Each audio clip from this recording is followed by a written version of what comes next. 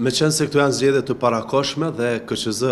ka në dispozicion vetëm 37 ditë për organizimin e tyre, një nga vendimet e para të KQZ-s për këtë proces zgjedhor do të jetë ndryshimi i afateve kohore apo përshtatja e tyre sipas nevojës në pajtim me rrethanat. Kjo është një drejtë që KQZ-s ja jep ligji për zgjedhjet e përgjithshme. Pra, të gjitha aktivitetet duhet të organizohen brenda këtyre ditëve.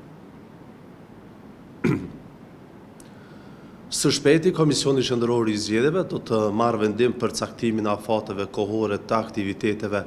për organizimin e zgjedhjeve të parakoshme për Kuvendin e Kosovës, pra përmes këtij vendimi KQZ do të caktoj afatin për partitë politike për të formuar koalicione zgjedhore, pastaj afatin për subjektet politike për të certifikuar dhe dorëzuar listën e kandidatëve për deputet, si dhe periudhën e fushatës zgjedhore. Po ashtu, KQZ do të vendosë për periudhën e regjistrimit të votuesve jashtë Kosovës, votimin përmes postës dhe në përfaqësi diplomatike, si dhe afatet për akreditimin e vëzhguesve e të tjera.